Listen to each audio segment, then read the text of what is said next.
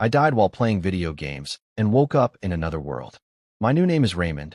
I'm younger, blonde, and I'm a baron. Sounds great, right? Wrong. My uncle destroyed the family fortune before he died. The treasury is empty, the granary has nothing, and my neighbor Richard wants to take my land and cut off my head in 3 days. My army is 17 old men, one of whom can barely hold a sword because of his bad joints. I was lying in bed feeling hopeless when I heard a sound in my head. A game system, just like in Mount and Blade 2, suddenly turned on.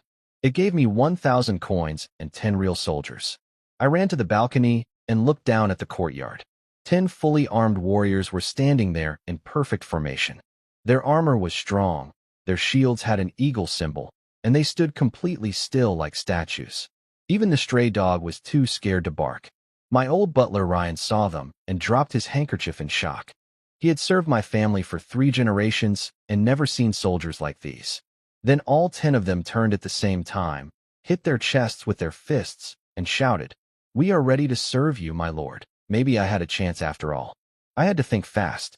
Ryan needed an explanation for those 10 soldiers, so I made up a story. I told him my uncle had secretly trained them as a hidden guard, and that he sent me a letter before he died giving me command. Half of it was a lie, but it worked.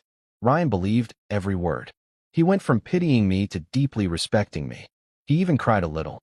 I sent him off to take care of the soldiers and then locked myself in my room. My back was soaked in cold sweat, but I kept my cool face until the door was shut. Then I finally let myself breathe. I opened the system again and checked the quest list. There were 2 tasks. The main one was simple: survive Richard's attack and keep my land. The reward was good, but the penalty for failing was death. The side quest asked me to grow my army to 40 soldiers in 3 days. I checked the recruit option. Basic soldiers cost 20 coins each. I had 1,000 coins and already had 10 soldiers, so I needed 30 more. That would cost 600 coins and leave me with 400, enough to pay everyone for 10 weeks. More than enough until the battle. I hit confirm. Then something unexpected happened. The system gave me a first recruitment bonus and upgraded all 30 soldiers by 1 level. Instead of farmers with sticks, I had 40 fully armed infantry standing in my courtyard. I ran outside. The sight was impressive: 40 men in dark red armor, shields forming a solid wall. Then Ryan walked out carrying bread and completely froze. The tray hit the floor. The bread rolled away. He didn't even notice. There had been 10 men. Now there were 40. Ryan was still standing in the courtyard with his mouth open, staring at 40 armed soldiers like he had seen a ghost.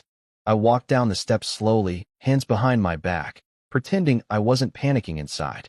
I gave him another piece of my made-up story, that my uncle was secretly a genius who hid his strength for 20 years. Total nonsense.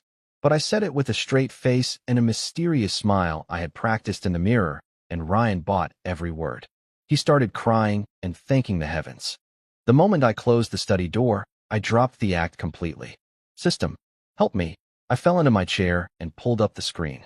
I had 400 coins left and 40 hungry soldiers to feed. Richard was coming in 3 days.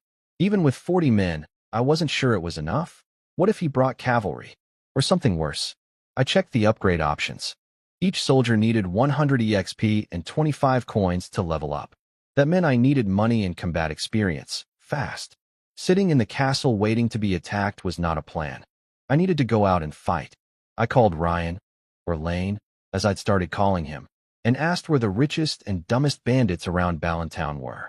He told me about the Red River Brotherhood near Redwater Village. About 50 or 60 men, led by a ruthless one-eyed man named Buck. Perfect. I strapped on my sword, grabbed my dusty lord's cloak off the wall, and made the decision. Bandits robbing people on my land without paying taxes? That was an insult to my family name. I would train my soldiers, earn some money, and clean up my territory all at once. Lane panicked. I didn't stop walking.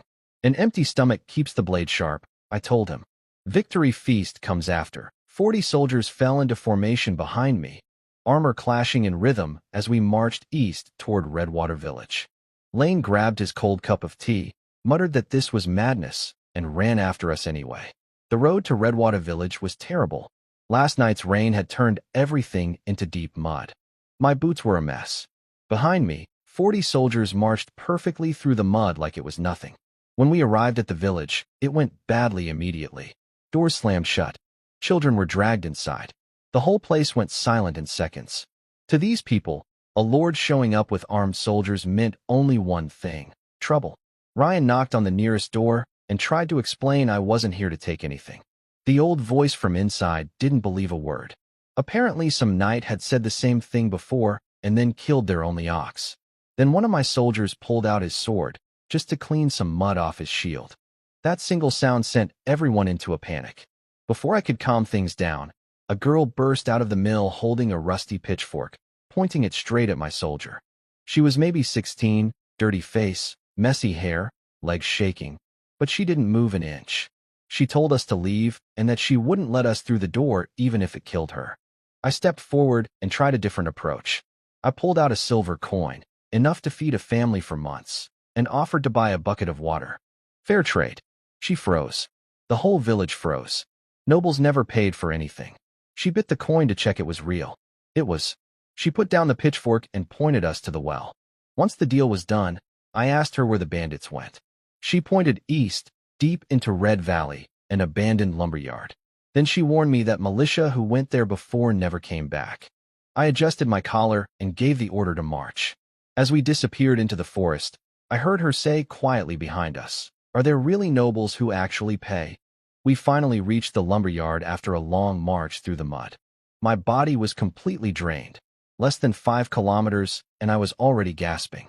The soldiers looked like they hadn't even broken a sweat. Frustrating. I looked at the bandit camp through the bushes. A rough fence, a few wooden huts. Nothing impressive. In the game, I could clear a place like this with my eyes closed. But I wasn't going to charge in. Too tiring. I had a better idea. I was still wearing my silk shirt and jeweled sword. I looked exactly like a lost, rich noble with no protection. So that's what I became, the bait. Ryan hid behind a tree. My 40 soldiers disappeared into the grass around the clearing. I stood in the open, lazily drawing circles in the dirt with a stick. It worked perfectly. A scout spotted me and ran back to tell their leader, One-Eyed Buck. Within minutes, 50 or 60 bandits came charging out of the forest, screaming about gold and roasted meat, carrying rusty axes and sharpened sticks. Then I gave the order. 40 soldiers rose from the grass at once. In 3 seconds, a locked shield wall stood in front of me, 20 kneeling, 20 standing. Not a single gap. Buck saw it and tried to stop. His boots dug grooves into the dirt. The men behind him crashed into each other like a pile of fools. I let them stare for a moment, then said one word. Attack. It was over fast. The soldiers moved with simple, deadly efficiency. Step forward, shield slam, thrust, withdraw. No fancy moves. Just a machine grinding through a mob. In under a minute, more than a dozen bandits were down. Buck threw his axe on the ground, dropped to his knees, and begged for mercy. I asked the system if I could recruit any of them. The system said no. Poor quality, no discipline, would only lower my army's standards. I felt no guilt. These were men who stole grain from starving villages. In them, I said. When it was over, the system showed the loot summary. 180 coins. I almost lost my temper. We marched through mud, set up a perfect ambush, fought 50 bandits, and all we got was 180 coins worth of rusty axes and worn leather. At least 3 of my soldiers were ready to be promoted. But still, 180 coins. These bandits were completely broke. The bandit camp's treasure chest was a joke. A few copper coins scattered at the bottom like trash. I almost felt insulted. But Lane dug deeper and found a hidden pouch, 53 silver coins and 3 gold crowns. That was more like it. I pocketed everything without hesitation. The system had only given me 180 coins for the rusty weapons, so I needed this. I ordered the men to load all the stolen grain onto carts and take Buck's head as proof. Lane looked confused about the grain. He thought it was too rough to bother with. I just smiled and told him we weren't only taking it back, we were making sure everyone saw us do it. When we returned to Redwater Village, the sun was already setting red. The whole village was hiding behind locked doors again. But Lucia was still standing at the mill with the bucket of water, waiting. She had made a deal, and she kept it. I stopped the soldiers in front of her. 40 boots hit the ground at once, and she nearly fell over. Then Lane threw Buck's head onto the ground. It rolled and stopped right at Lucia's feet. She screamed. Windows flew open everywhere. Villagers crept out slowly, then dropped to their knees in the mud when they recognized the face. I pointed to the cart and told the soldiers to unload the grain. Nobody expected that. In this world, nobles kept everything after a battle. Returning stolen food to peasants was unheard of. An old farmer scooped up a handful of wheat with shaking hands and cried. I walked up to Lucia and placed a second silver coin next to the first one by the bucket. One for the water, one for her courage. Then I left without looking back. We hadn't gone far when I heard running feet behind us and a breathless voice cutting through the wind. "Sir, please wait. Take me with you. I can wash clothes, I can cook, I can feed your horse. Please, just take me away from here." I turned around. Lucia was running barefoot through the mud, skirt lifted, eyes shining. Her grandmother had pushed her out the door and told her to grab the rope Heaven had thrown her. She was grabbing it with both hands. I stopped and turned to face Lucia. She looked exhausted and terrified, but she wasn't backing down. Ryan tried to talk me out of it, said she smelled like a pigsty and would hurt my dignity. I told him courage was worth more than dignity in a world like this. "Get in the carriage," I told her. She burst into tears and climbed onto the grain sacks without another word. Back at the castle, I sent her off with Ryan to get cleaned up, then opened the system panel. 3 soldiers were ready to upgrade. It only cost 75 coins. I hit confirm. A soft white light covered the 3 men. When it faded, their leather armor had become reinforced iron-plated gear. Their swords were broader and sharper, and their bodies looked visibly stronger. 75 coins well spent. Then I heard footsteps behind me and turned around. I almost didn't recognize her. After washing off all the dirt and soot, Lucia looked completely different. Her hair fell smooth and golden over her shoulders. Her skin was pale and clear, and her blue eyes were calm and bright. She was wearing an oversized shirt that used to be mine. There were no women's clothes in the castle, and she looked almost unreal standing in the torchlight. I kept my face neutral. Internally, I was very impressed with my 2 silver coins. Then Ryan brought up something I hadn't expected. He had watched the soldiers glow and transform and wasn't frightened at all. Instead, he called me a chosen one. Apparently, this world had people blessed by gods who could cut stone with swords, wear unbreakable armor, and summon lightning. He decided the white light was the blessing of war, and that I was a secret divine warrior from the Balan bloodline who had been hiding his power all along. I said nothing to correct him. This was actually useful information. This world had magic. If people could throw fireballs and channel divine power, then my system abilities would fit right in without raising too many questions. I let the mystery hang in the air, told Ryan to get some rest, and reminded them both that tomorrow we had a meeting with Baron Richard to deal with. Ryan bowed deeper than he ever had before. Lucia watched from the side, not understanding our conversation, but seeing the old butler's reverence. Her nervous expression slowly softened. Maybe following me had been the right choice after all. I woke up starving.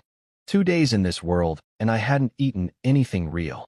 Then Lucia came in with breakfast, a cup of water and a piece of black bread so hard I knocked 2 splinters off the table with it, and the bread didn't even crack. She dropped to her knees apologizing. I told her to get up. As long as it fills the stomach, it's good enough. Then I heard shouting from the courtyard below. Baron Richard's tax officer, a fat man named Bobby, had shown up early. He was on horseback, screaming at Ryan and threatening to hang us all from the city wall by sunset if we didn't surrender. He even reared his horse up to nearly kick Ryan in the face. I still had the bread in my hand. I threw it from the second-floor balcony and hit Bobby square in the head. The bread didn't break. His forehead did. While he screamed and bled, I leaned on the railing and told him his head wasn't as hard as my breakfast. He started shouting about war. I gave him what he wanted. I said one word into the corridor behind me. "Step out." 40 soldiers flooded the courtyard in seconds. Shield wall, perfect formation, double-headed eagle emblems gleaming in the sun. The 3 upgraded soldiers walked to the front. Iron scale armor, heavy spears, not ordinary infantry at all. Bobby's face went completely white. He tried to turn his horse around, but the animal was too frightened to move. I walked down the stairs slowly, stopped 5 meters from him, and looked at him without drawing my sword. He started crying and calling it all a misunderstanding. I raised 2 fingers. First, we weren't at war, we were fighting bandits. Second, I wasn't here to negotiate. Then I pointed at him and said one word. Kill. 3 spears flew through the air. Bobby and his 2 attendants were dead before they hit the ground. Ryan stood with his mouth open wide enough to fit an egg inside. I pulled the spear out of Bobby's body, wiped it clean on his expensive silk coat, and gave my next orders. Take the 3 horses to the stables. Cut off the 3 heads and put them in a box. Bobby had come to deliver a message. I was going to return the courtesy and deliver one straight to Baron Richard. Ryan started talking about proper noble procedure for declaring war, sealed letters, perfume, polite insults. I cut him off. Visiting in person was faster and more respectful anyway. Also, I really wanted Richard's treasury. I had the heads packed in a nice wooden box with oil paper lining to prevent leaks. Ryan was very thorough. We marched out with 35 soldiers, leaving only 5 behind to guard the castle. Lucia stood at the gate looking worried. I told her to greet any visitors with spears. Then I climbed onto my captured black horse and tried to look like I knew what I was doing. My inner thighs were already burning after 5 minutes. Riding a horse looked cool. It did not feel cool. Richard's territory, Silver Pine Town, was 15 kilometers away. The difference was painful to see. Smooth roads, healthy farmland, sheep on the hills, and a stone fortress with a moat. My castle had a gate that barely stayed on its hinges. I ground my teeth the whole way there. The guards at the town wall laughed when Ryan announced who we were. They thought we were coming to surrender and just wanted to look dignified while doing it. The gate opened wide. They waved us and like they were watching fat sheep walk into a pen. I smiled. This was exactly what I wanted. I told Ryan quietly, when you look harmless, enemies open the door for you. We rode in calmly. All 35 soldiers followed. Once we were fully inside, I stopped and pulled out the red wooden box from my saddlebag. The guard leader came over expecting gold or jewelry. I flipped the box open. Bobby's head rolled out onto the ground. The screaming started immediately. Guards froze in place, staring in horror at their tax collector's face looking up at the sky. I dropped the smile. Attack. Clear this place out. The 3 elite soldiers threw their heavy spears first. 3 guards were lifted off their feet and pinned to the wooden wall before they could make a sound. Then the rest of my soldiers spread out, shields up, swords forward. It was completely one-sided. I sat on my horse and watched. I pulled the black bread from my pocket and took a bite.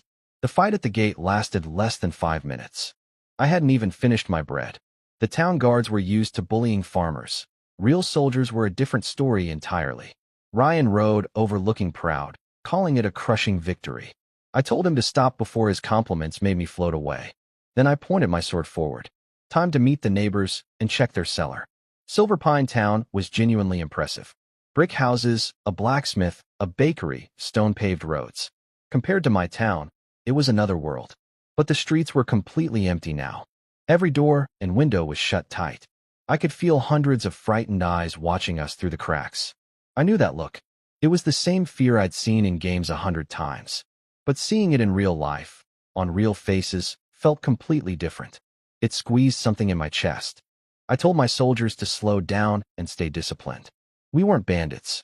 Then at a fork in the road, hundreds of civilians were kneeling in the mud. They had nothing. An old man held out a broken basket with moldy bread and 2 shriveled apples, begging us not to kill them. A little girl clung to his leg, too scared to look up. I stared at that basket for a moment. Back home I had air conditioning, Wi-Fi, food delivery. These people were offering rotting bread to buy their lives. I pulled out some coins from my saddlebag and dropped them into the basket. The sword of the Balin family only drinks the blood of villains, I told them. My soldiers will never raise their blades against innocent people. Then I told everyone to get up, go home, and stop blocking the road. I was in a hurry. The crowd broke into quiet crying, not from fear, but from relief. Ryan immediately decided this was a brilliant political strategy to win the hearts of the people. I didn't bother explaining that I just didn't want to feel like a monster. Windows that had been shut tight opened slightly as we passed. The eyes watching my red cloak had less fear in them now. I looked ahead at the small fortress in the center of town. Hopefully Richard had already prepared himself. Richard's castle was less impressive up close. The moat was just a wide ditch, and moss covered half the walls. I expected a last stand, boiling oil, archers, desperate soldiers. Instead, the gate was wide open and his men were already on their knees, dropping their weapons in the dirt. I rode in without any resistance. In the courtyard, Richard was kneeling with his hands tied behind his back. He wasn't what I expected at all. No fat, sweating coward begging for mercy. He was strong, calm, and kept his back straight even while surrendering. His sword lay beside him with the blade turned inward, the proper noble sign of giving up. Before I could say anything, he spoke first. He asked if I was the new lord of Ballantown, then looked past me at my soldiers and admitted I was a good leader. He even said he didn't feel wronged losing to a chosen one. That word again. I dismounted and decided to use this moment. Richard clearly knew things I didn't, and a defeated man with nothing left to hide is the best source of information. I asked him to explain what a chosen one actually was. He told me that some people are born with marks from the gods in their souls. When the right moment comes, danger, strong emotion, the power wakes up. He called them divine chosen ones. Then he explained the 9 levels of power, starting from spark at the bottom, then glimmer, candlelight, bright moon, shining sun. Those were what humans could reach through hard work. Above that came epic, myth, sanctuary, and finally demigod, which only existed in old stories. I asked where I stood. He thought for a moment and said probably spark level, since I had just awakened. He described my ability as something like a warlord, someone who summons warriors and commands armies. Then his expression changed. He said he once had the chance to touch that kind of power himself. Ryan overheard his family name, Windsor, and couldn't hold back a reaction. Something bigger was going on with Richard than I had expected. Ryan recognized Richard's family name immediately. The Windsors were a famous noble family that had guarded the northern border for 300 years. I had no idea who they were, but I kept my face calm while Ryan filled in the gap for me. Richard then broke completely. He wasn't always a small border baron. He was the eldest son of the Windsor family, first in line to inherit everything. Strong, smart, trained in swordsmanship and military strategy from childhood. But at 15, during the ceremony where noble children awakened their divine power, nothing happened for him. No spark, no power, nothing. His stepmother used that moment to destroy him. She pushed him out, gave everything to her own son, and had Richard exiled to this muddy border town like he was garbage. His own father agreed. He screamed all of this in the empty courtyard, fists shaking, eyes red. The soldiers around him looked at him with sad faces. Even Ryan felt sorry for him. After he finished, Richard pressed his forehead to the cold stone and made one last request: spare his wife, his daughter, his servants, and his townspeople. All the blame was his alone. I stood quietly and thought it through. Killing him was the safe choice. But the system was already telling me I was severely lacking management talent. Richard was capable, had a strong sense of responsibility, and came with a built-in desire for revenge against his family. That kind of motivation is useful. I tore off a piece of my black bread and threw it in front of him. I don't like killing people, I said, especially those who haven't been fully used yet. I put my sword on his shoulder and offered him a deal. Stay alive, become my vassal, and I'd give him a real chance to fight back against the family that threw him away. But one disloyal thought, and I'd send everything he cared about to hell with him. Richard kissed my boot and swore on his ancestors' glory. The system rang immediately. Task complete. Level up to 2. 3,000 coins, 50 experience books, and a real sword with actual attack power. No more carrying around a decorative piece of metal. New buildings and high-level troop recruitment unlocked. I stood up, turned to face the crowd, and announced 3 years of no taxes and double pay for any soldier willing to stay. The square exploded with cheering. Ryan stood to the side with tears in his eyes, whispering to the old lord like he was watching him from somewhere. I kept the proud smile on my face. Inside, I was quietly mourning 3 years of lost tax money. I followed Richard into his castle. The moment I stepped inside, the warm air, the thick carpet, and the fireplace hit me all at once. This man was living in genuine comfort while I had been sleeping on a crumbling wooden bed covered in moldy felt. Even in exile, Richard had it better than me. Then footsteps came rushing down the stairs. A little girl ran crying toward Richard, and behind her came his wife Eleanor in a blue velvet gown, eyes red from crying. When she saw my soldier,